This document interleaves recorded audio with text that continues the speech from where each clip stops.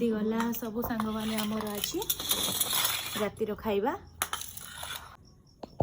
ଖାଇବା ପାଇଁ ପୁରା ରେଡି କି? ହଁ ରେଡି, ଭୋକ ଲାଗିଲା ଆଉ ଖାଇବା ଆଉ। ଦେଖନ୍ତୁ ସାଙ୍ଗମାନେ ପୁରା ରାତି ଟାଇମ ହେଇଗଲାଣି। ଏବେ ଟାଇମ ହେଇଛି କେତେଟା? 9:30। ଆଜିର ଖାଇବାରେ କଣ କଣ ଅଛି?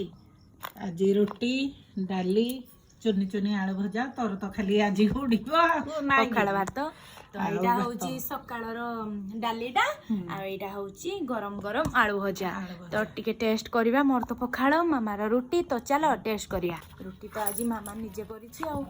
ତାତି ଯାଉଛି ରୁଟି।